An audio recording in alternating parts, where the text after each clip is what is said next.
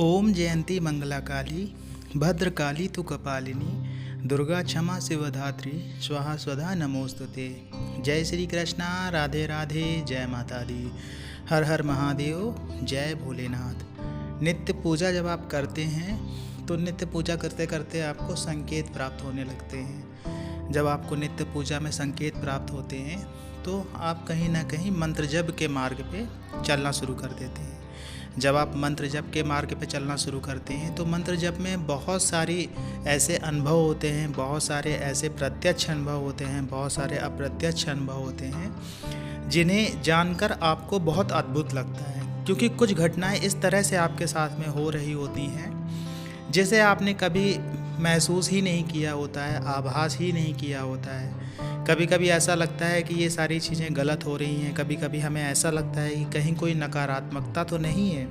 तो सबसे बड़ी बात ये होती है कि अगर आप सकारात्मक शक्तियों की पूजा कर रहे हैं, जब आप सकारात्मक तरीके से मंत्रों को जप रहे हैं, जब आप वैदिक मंत्रों को जपते हैं या सात्विक मंत्रों को जपते हैं या जो आपके इष्ट देव होते हैं उनके मंत्रों का जप करते हैं, तो मंत्र जप में कभी भी कोई नकारात्मक शक्ति नहीं आती है जब तक आप मंत्र का उच्चारण गलत तरीके से नहीं करते हैं। जैसे जो मंत्र का उच्चारण होता है, अगर आप उसी तरह से उसका जप कर रहे हैं तो कोई भी गलत शक्ति अट्रैक्ट नहीं होती है।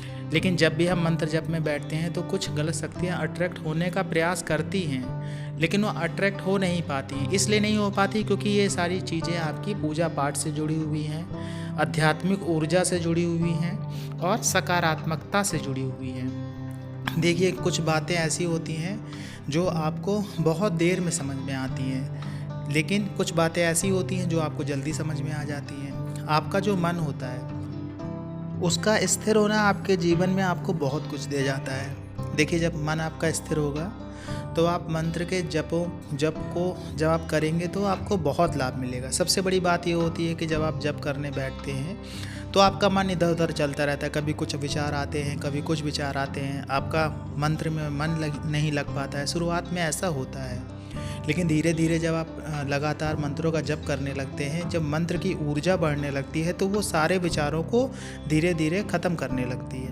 जैसे जैसे मंत्र की ऊर्जा बढ़ती रहेगी वैसे वैसे आपके मन के विचार ख़त्म होना शुरू हो जाएंगे। कुछ लोगों का ये भी कहना रहता है कि उनको जब पूजा पाठ में बैठते हैं तो उनके मन में गलत विचार आना शुरू हो जाते हैं, गंदे विचार आना शुरू हो जाते हैं। उसका कारण क्या होता है? उसका कारण, सबसे बड़ा कारण ये होता है कि जो मन में आपके नकारात्मकता बसी हुई होती है, जब आप पूजा करते हैं या मंत्र जप करते हैं तो आप एक सकारात्मक वातावरण में प्रवेश करने लगते हैं। तो ऐसे में जो नकारात्मकता आपके अंदर होती है वो विचारों के माध्यम से या किसी और माध्यम से आपसे निकलना शुरू हो जाती है, आपसे दूर हटना शुरू हो जाती है, क्योंकि उस जगह पे सकारात्मक ऊर्जा बढ़ने लगती है। इसकी वजह से आपके अंदर से नकारात्मक ऊर्जा निकलने लगती है। वो किसी भी रूप में निकल सकती है।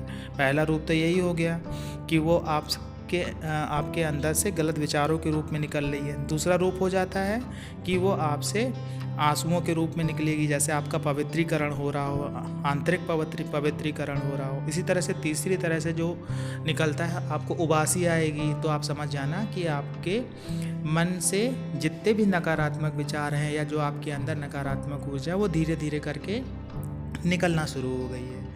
उसके बाद में क्या होता है, जब आप लगातार जप करते भी रहते हैं तो जप करते करते कभी आपके किसी अंग में कंपन शुरू हो जाता है। तो कंपन शुरू होने का अर्थ यही है कि देखिए, जो शरीर था जिसमें कभी कुछ हुआ ही नहीं, जिसमें कभी कोई ऊर्जा संचारित ही नहीं हुई, ऐसे में आप एक मंत्र को जप रहे हैं, उस मंत्र की जो ऊर्जा होती है जब वो संचारित होती है तो कहीं ना कहीं कुछ ना कुछ असर तो दिखाएगी ही दिखाएगी।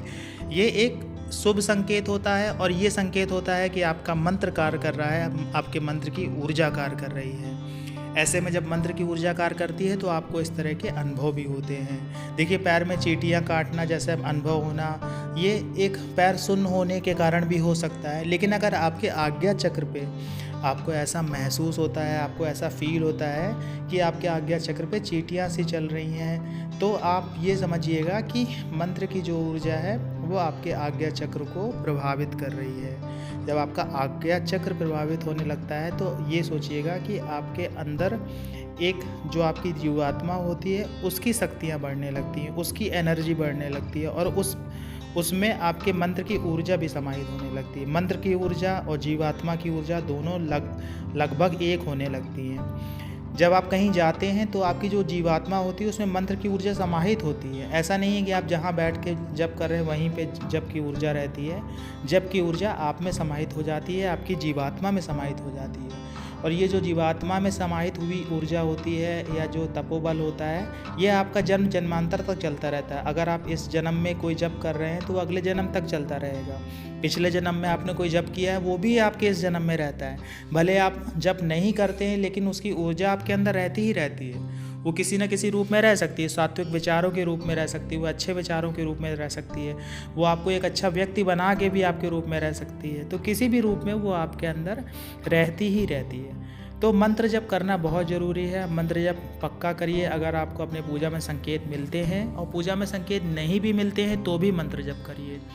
मंत्र जब आप करना जब शुरू करेंगे तो आपके जीवन में बदलाव भी होना शुरू होगा। इस बात को आप खुद महसूस करेंगे। हम बहुत पहले से अपने वीडियो में आपको बताते आ रहे हैं कि अगर आपके दिए में फूल बनता है तो आप मंत्र जप करिए, लेकिन दिए में फूल नहीं भी बनता है तो भी आप मंत्र जप करिए। ज़रूरी नहीं कि भगवान आपको संकेत दे ही रहे हो सकता है आपको बिना संकेत दिए ही वो आपकी मदद कर रहे हो। तो संकेतों का इंतज़ार ज़रूरी नहीं है करना, आप बिना संकेत के भी मंत्र जप कर सकते हो सकता है मंत्र जप करते करते आपके दीपक में फूल बनना शुरू हो जाए। तो आशा है ये जानकारी आपको अच्छी लगी होगी। जानकारी अच्छी लगी हो तो वीडियो को लाइक करिएगा, कमेंट्स में जय माता दी, जय श्री कृष्णा, हर हर महादेव लिखिएगा। मिलते हैं आपसे अगले वीडियो में नई जानकारी के साथ में। तब तक के लिए जय श्री कृष्णा।